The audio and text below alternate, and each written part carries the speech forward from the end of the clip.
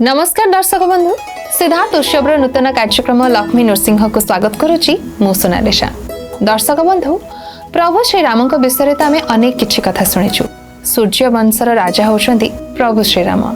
तेबे आज आमे तांको विषय रे आलोचना करिबा, अनेक किछि कथा तांको विषय रे जानिबा एवं तांको विषय अधिक किछि जानिबा पई वर्तमान आम सहित अछंती अष्टादश पुराणर अन्यतम गवेषक professor doctor Niranjan Sahu. Sir नमस्कार। नमस्कार। आपनको हमर ई नूतन कार्यक्रम लक्ष्मी नृसिंह को स्वागत। जय जगन्नाथ। भगवान श्रीराम को पुत्र रूप में पाइबा एटा गोटे बहुत ही बड़ा और महान कथा। भाग्य रे थिले सेमिति पुत्र माने आसंदी जन्म हेबे बा तम गर्भरु आसीबे। तो दशरथंकर जो पुत्रष्टि यज्ञ से करथिले, से पुत्रष्टि यज्ञर महत्व कोन थिला, काहे कि से पुत्रष्टि यज्ञ से करथिले, आज हम दर्शक बंधु मानन के कोन।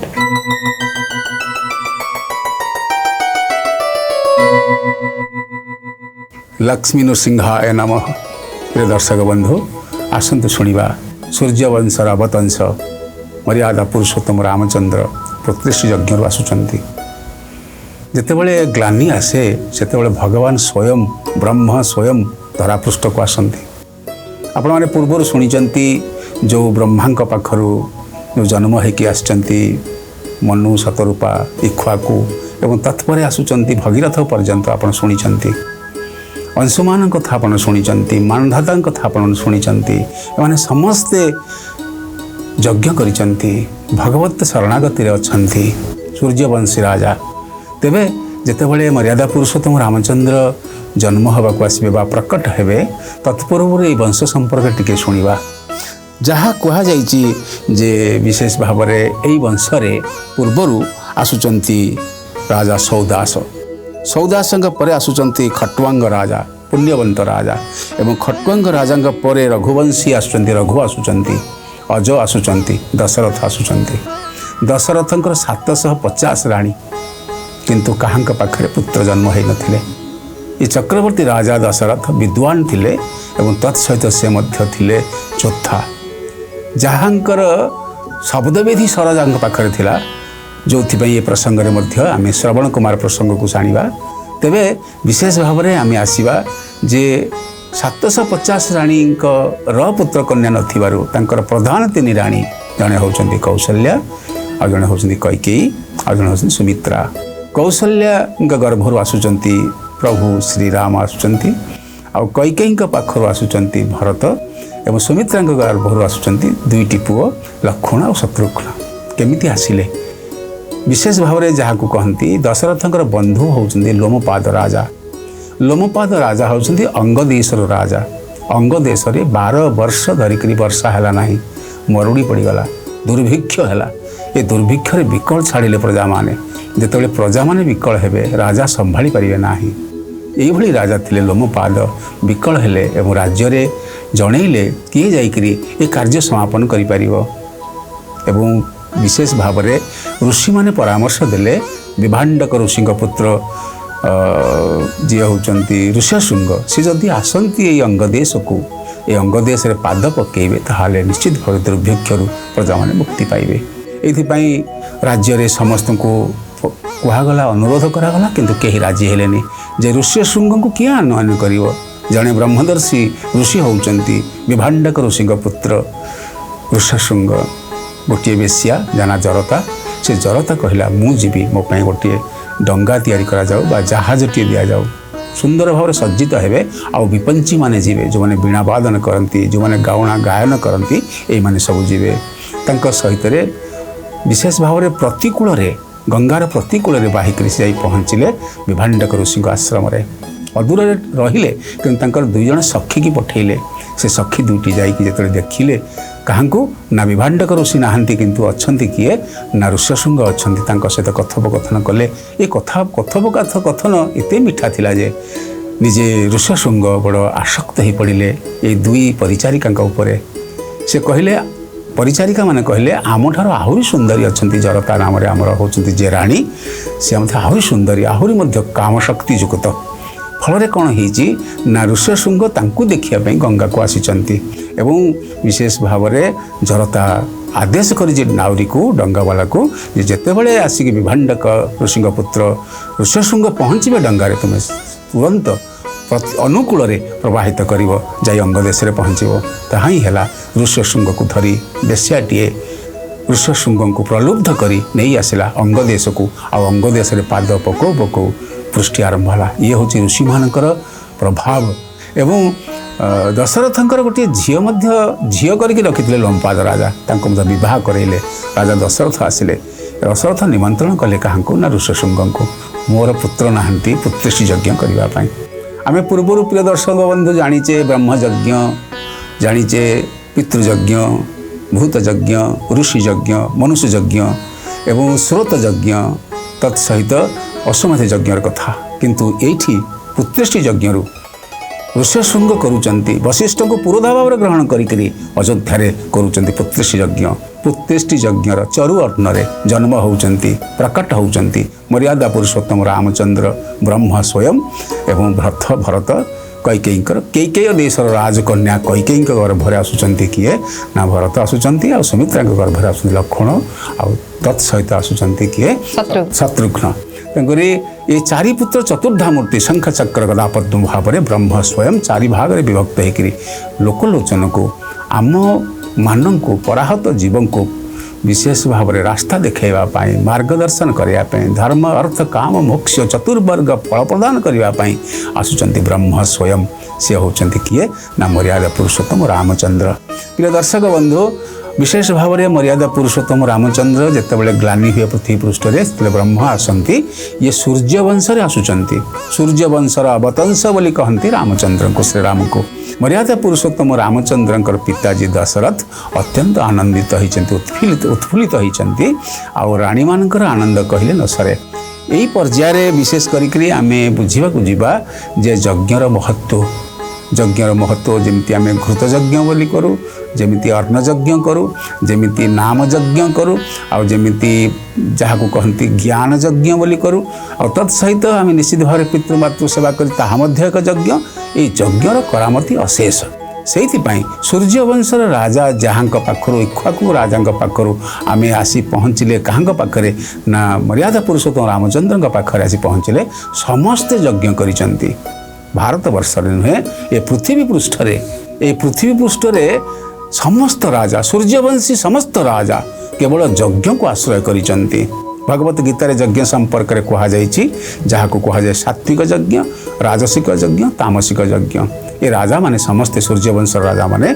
सात्विक यज्ञ करिसेंती जो भगवान तृप्त होती प्रिय दर्शक बंधु यही यज्ञर सृष्टि होता प्रभु निजे आम जन्म बोली कहवा ना आम कहवा प्रकट हेले भगवान से प्रकट हुंती पुणी अप्रकट हुंती इच्छा जो कार्य समापन हो जाए से से पुणी अप्रकट हुंती धरा छाड़ी दियंती आउ विशेष भाव में आमर जन्म हुए आमर मृत्यु हुए आम मर्त्य लोक अच्छे तेणु आम यही चरित कथा को जहाँ नृसिंह पुराण वर्णना अच्छी यही चरित कथा को आम श्रवण कले निश्चित भाव में कौन हुए ना आम भितर विभूति जात हुए विद्या जात हुए ज्ञान जात हुए आ ज्ञान जात हेले जो ज्ञानर शेष से भक्ति आरंभ ये कहुए रांग रामाय रामचंद्राय रामभद्राय वेधसे रघुनाथाय नाथाय सीतया पतये नमः रांग र शब्द रांग शब्द यह ब्रह्म स्वरूप निजे राधा म कृष्ण मधुसूदन स्वयं ब्रह्म आसुचंती ये कहुए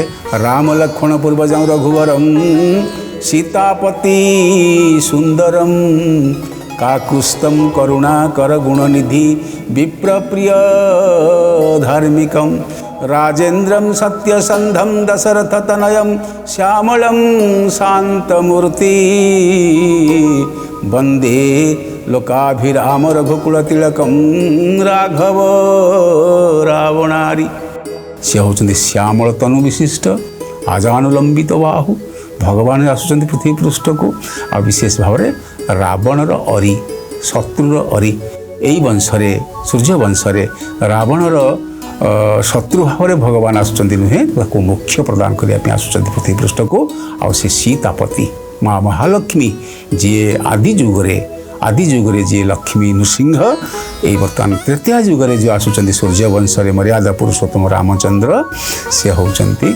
सीतापति सीता होचंती महालक्ष्मी स्वरूप प्रिय दर्शक बंधु विशेष भाव में आम जिते रामायण कथबार्ता शुणुचे आप रामायण कथा बोली बुझे ये हूँ से ही आदि जुगर कथा जो आदि जुगरे आम जो सूर्य कथा कहीचे जो इक्ष्वाकु कथा कहूचे जो मनु कथा कहूचे से वंश परंपरा अवतंश पुरुष होउछन्ति रामचंद्र। जेमिति कहा जाइछि नीलांबुज श्यामल कोमलांग सीता समारोपित वाम भाग वाम सायक चारुरूपम नमामि रामम रघुवंशनाथम। रघुकुल तिलक बोली कहा जाए मर्यादा पुरुषोत्तम रामचंद्र को। रामचंद्र बापा होउचंती दशरथ, दशरथ बापा होउचंती अज, आउ अजंक पूर्वज होउचंती रघु, जी होउचंती विशेष भाव धर्म अर्थ काम मोक्ष चतुर्वर्ग फल प्रदानकारी जेभଳି से योद्धा से भली से वीर से भली से धार्मिक से भली से विद्वान थिले राजा रघु। एइथिपाई कहा जाए रघुकुल तिलक बोली रामचंद्र को। सूर्यवंशी राजा श्रीराम बोली कहा जाए। दशरथ पुत्र भाव आम जिते कहूना आम रघुवंश बा रघुनाथ बोली से भाव कहू। सुतरां से रघुनाथ आउ सूर्यवंशर अवतंश श्रीराम पृथ्वी पृष्ठ को आसिचंती आ तत्सहित आम मान को मार्ग प्रदर्शन करिचंती। जेमति आमे पुराण रे सुनी थाउ कि अहल्या को उद्धार भी से करथिले तापर पर प्रभु श्री रामंकर विवाह भी हेतला माता सीता सहित तो से विषय टिके हम दर्शक बंधु कहंतु। प्रिय दर्शक बंधु आपण माने जानंती सूर्यवंशर अवतंश होचंती मर्यादा पुरुषोत्तम रामचंद्र स्वयं ब्रह्म धरावतरण करुचंती। पुत्रिष्टि यज्ञ अर्णरु से आसुचंती। आ विशेष भाव आपण माने जानिथिबे अयोध्यार राजा दशरथ, दशरथंकर पुत्र नथिले 750 राणी, तन्मध्य 3 राणी होचनी प्रधान कौशल्या कैकेयी सुमित्रा। कौशल्या राणी को गर्भरु आसुचंती मर्यादा पुरुषोत्तम रामचंद्र। केकेय देश राजकन्या कैकेयी गर्भरु आसुचंती भरत एवं तृतीय आसुचंती जी सुमित्रा तांका गर्भरु आसुचंती लक्ष्मण और शत्रुघ्न। ये चारि पुओ आसिचंती धीरे धीरे अयोध्या राजा दशरथ सहित से बढ़ी चलीचंती। जो किशोर बयस होइची सेतिक बेले आसुचंती तांकर शिक्षा गुरु विश्वामित्र। कारण अयोध्या वशिष्ठ होउचंती कुलगुरु और तांकर शिक्षा दीक्षा गुरु होउचंती विश्वामित्र। विश्वामित्र आसी पहुँचला परे विशेष भाव दशरथ मान्य करिचंती सिंहासन ओह्लै आसिचंती। जदिव चक्रवर्ती राजा से ओह्लै आसिचंती अतिथि देव भव नुहे गुरु को प्रणाम करिचंती, गुरु को सम्मान प्रदान करिचंती एवं पचारिचंती आसीबार कारण कौन। एवं विश्वामित्र कहिचंती जे जेहेतु जागयज्ञ करबा पई असुर माने प्रतिहत करुचंती सेमानंक पई प्रतिहतरू रक्षा करने आपणकर 2टी पुत्र मते प्रदान करंतु। मु शुणिची ब्रह्म स्वयं आसिचंती। सुतरां बड़ प्रिय थिले राम दशरथंकर देई नाहंती। से शेष 2टी पुओ लोक विशेष भाव में भरत और शत्रुघ्न को पठेइचंती। किछि बाट गला परे गुरुंक सहित पचारुचंती विश्वामित्र जे ए जो 2टी रास्ता ए 2टी रास्ता भितर कौ रास्ता आम जावा। गोटे रास्ता विपद संकुल किंतु पाख बाट, आउ गोटे दूर बाट किंतु रास्ता सुगम कौ बाटे जावा ना। ठीक अच्छे जो विपद नहीं से बाट देकी जावा एभली गोटे लोक कथा अच्छी। किंतु फेरी आसिले कारण ए प्रश्नर उत्तर ठीक हैनी कारण ब्रह्म एभली उत्तर दे न थांते से फेरी आसिले एवं दशरथ को कहले जे तुमे मु जहाँ को मागुथि तुमे तांको मते देना हो। अर्थात पुणी से रामचंद्र और लक्ष्मण को साथी नहीं जाइचंती तारकाबद्ध होइची सुबाहबद्ध होइची जागयज्ञ ऋषि मुनि मान रक्षा होइची प्रसंग क्रमे आसुचंती। आ गोटे पर्याय से होची गौतम ऋषिंकर कथा आसुची। गौतम ऋषि होउचंती जने महान याज्ञिक ऋषि। गौतम ऋषि होउचंती न्याय दर्शनर मीमांसाकार आ से ब्रह्मांकर पुत्र सदृश। तेबे ब्रह्मांकर गोटे झील थिला से झीर ना हूँ अहल्या। जितेबाला अहल्या जन्म होती एति सुंदरी जे इंद्र प्रलुब्ध होती। देवराज इंद्र अनुरोध करिचंती जे झीटी की विवाह करी ये सच्ची हेबे किंतु ब्रह्मा तो निर्दिष्ट उद्देश्य निर्दिष्ट जीवर सृष्टि करती अहल्या जो सृष्टि होती से सही उद्देश्य जीवे एइथिपाई ब्रह्मा कौन कले ना गौतम ऋषि को पालन करने अहल्या को प्रदान करदे। तेणुक अहल्या को आनी पालन कलापर जिते युवती अवस्था हेले अहल्या से गौतम ऋषि जाई ब्रह्मा को कहले आपण कन्या आपण को फेरवाई आसी। किंतु ब्रह्मा निवेदन कले हे गौतम ऋषि तुम्हें जहाँ पालन करिच तुम्हें ताको विवाह कर। अर्थात अहल्या को गौतम ऋषि विवाह कले। जो विवाह कले गोटे सत्र आयोजन होता है, यज्ञ कर्म चलू थाए। ये इंद्र को आमंत्रण कले गौतम ऋषि एवं इंद्र जो आसिले यह सुवर्ण सुजोग मन कर इंद्र अहल्या पाखे आसी पहुँचले। गौतम ऋषि कहले अतिथि देवो भव। तेणुक अहल्या कहले तुम्हें इंद्रंकर आतिथ्य सत्कार कर। आतिथ्य सत्कार निश्चित भाव में अहल्या ऊणा करना किंतु इंद्रंकर अच्छी कुदृष्टि। से कुदृष्टि जितेबाला गौतम ऋषि जाइचंती तांकर सत्र कार्य स्नान करने गंगा स्नान करने यही समय इंद्र गौतम ऋषि बेशरे हरण करिचंती अहल्या को। अहल्या जानीपारे जे ये गौतम ऋषि नुहंती ये होचंती इंद्र देवता। पत्थर होगी ठिया होइचंती यही समय आसिचंती गौतम ऋषि अभिशाप देइचंती। से अभिशाप रे पत्थर पलटि जाइछंती। अर्थात जो ज्ञान न थाए प्रिय दर्शक बंधु से पत्थर सदृश। अहल्या वाङ्मय मूर्ति पत्थर मूर्ति परिणत होइचंती। रामचंद्र जिते जाइचंती अहल्या विश्वामित्र सहित तांको पादस्पर्श अहल्या उद्धार पाइचंती। अहल्या उद्धार पाई मर्यादा पुरुषोत्तम रामचंद्र अवतरण करिचंती ए पृथ्वी पृष्ठ को। ये हूँ अहल्या उद्धार प्रसंग। गोटे नारी एभली भाव में भर्षिता हुए संसार भितर ताको उद्धार करने ब्रह्म स्वयं अवतरण कर जाइचंती गति करिचंती गंगा पारी होगी जीवे मिथिला देश को बोली गुरु विश्वामित्र लेकिन जाउचंती। एतिके बेले डंगा पारी हवार प्रयोजनता अच्छी। एठी कैवर्त प्रसंगटी अच्छी। कैवर्त कहूची जे मु तुमको पारी करिबिनी। कहीं करी ना ना मु शुणी जे तुम पाद स्पर्श गोटे पत्थर झील पिला होगला। अहल्यार मुक्ति कथा को कही एवं कही बधिर नुहई वीर बोईला तही धीवर शुणिलिणी पथरे पथर बोला बाली पड़ी से चरणु आशंका उपजेणु नौका नायिका हेले बुड़ीबो भेड़ा मृतिए मो पोसे कुटुंब बसाई न देवी पाद न धोई न पाद को न धोइले मु आपन डंगारे बसैबिनी। कारण मुझे शुणी गोटे आपण पाद स्पर्श गोटे डंगा गोटे पत्थर झील पिला आम डंगा झील पिला अर्थात ये विज्ञानी भगवान पाद विधौत करने निजे स्वयं ब्रह्मंकर पाद विधौत करने कैवर्त विज्ञानी एक कथा कहते। एवं से आसीचंती मिथिला को एवं मिथिला रे जनक राजांकर शिवधनु भंग करिचंती एवं विशेष भाव में सीता को विवाह करिचंती। तापरे सर कौन हेतिला? प्रिय दर्शक बंधु बड़ सुंदर कथा मर्यादा पुरुषोत्तम रामचंद्र कथा। जितेबाला जनक महर्षि राज्य मिथिला रे पहुँचले मैथिली सहित दर्शन होइछि पुष्प वाटिका तेबे शिवधनु भांगी।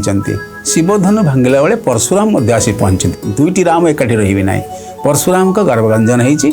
राम शिवधनु भांगी एवं विवाह कर माँ सीता को जानकी को। रामचंद्र विवाह कर सीता को आ तत्सहित जनकर सान भाई जी होती कुशध्वज तांकर तीनोटी झील थिले।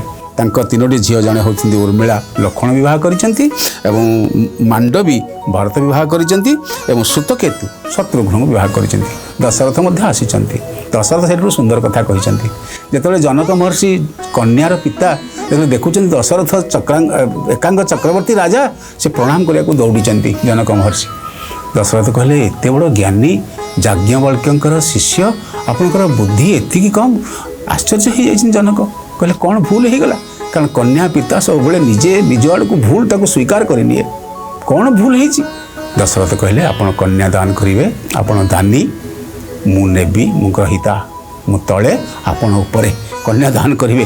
तेणुक मोर घर मोर द्वार मोर राज्य मोर बाड़ी मोर वृत्ति ये सबूर रक्षाकारिणी आउ पुत्र कन्या समस्त प्रदानकारिणी होती आपणकर कन्या तेणुकर आपण बड़ मुझे सान एकांक चक्रवर्ती हेले मध्य सान एत बड़ कथा कहते जनक महर्षि खुशी हो जाती बहुत कर फेरी क्या ना अयोध्या को फेरी अयोध्या को फेरला बड़ सुंदर भाव गोटे कथा सुंदर भाव में उपेन्द्र भंज गोटे कथा लिखिं धाटा निश्चय शुणा माँ सीता सहित माँ लक्ष्मी सहित रामचंद्र मधुशଯ୍ୟା रात्रि अच्छा बासर घरे अच्छा जड़े नारी किभली भाव में मर्यादा पुरुषोत्तम रामचंद्र कहते विदग्ध श्री रामचंद्र कहे बंधु जीवन थिबार ए दे विलासिनी न करिबी आनकू बोले छुई दीप हुतासन को कहले मु हुतासन कहले अग्नि कुलदीप को छुई शपथ करुच्ची मुझे जन्म यही देहरे आहु कौन पत्नी ग्रहण करी दार ग्रहण करी कौन नारी को चाहिए ना वैदेही कौन उत्तर देले उत्तर कहले वैदेही के सुकाढ़ी के तकी वर्ण लिखित पोछी कस्तूरी की बड़ी नाही चित्त आजी जाए तो बड़ाई भी जन्मे जन्मे मोचित बर मंडप जीव बाहुड़ी वार्ता बहे तुम भंकुथी बिलोड़ी जन्मे जन्मे तुम पत्नी हेबी। प्रिय दर्शक बंधु कैकेयी और मंथरा मंत्रणा रामचंद्र वनवास गले और वनवास विशेष बार हनुमान सहित दर्शन होती सेतुबंध प्रतिष्ठा कर तत्सहित रावण को मारी पंचवटी बनरू पंचवटी कुड़ियारू हरण होता सीता को उद्धार करके पुणी फेरी निहाती भाव अति सुंदर भाव तो सर आज आप वर्णना कले कि प्रभु श्री रामकर विषय पूरा जीवन कहानी विषय केमी जन्म है केमी से वनवास गले सहित केमी से माता सीता को उद्धार भी कले से विषय भी आप अति सुंदर भाव में दर्शक बंधु मानक कहीदे कि समय तो सरी आसला आमको विदाय नहीं जावाक पड़ो हेले आज व्यासवाणी कौन रही है विषय टी दर्शक बंधु कही दर्शक बंधु से गोटे हूँ व्यासवाणी से हूँ नारायण अनंत हरे नृसिंह प्रहलाद बाधा हरे कृपालु हे कृपालु आमर बाधा प्रशमन कर दिंतु नृसिंह मंत्र पाठ करंतु बाधा प्रशमन हो निहाती भाव जो भगवान का नाम आम स्मरण करवा से सब प्रकार बाधा आम जीवन दूरे तेज दर्शक बंधु समय तो होगा आमको विदाय दिंतु पुणी थे आपण पाखक फेरबू आमर ही नूतन कार्यक्रम लक्ष्मी नृसिंह सहित रोचु नमस्कार जय जगन्नाथ।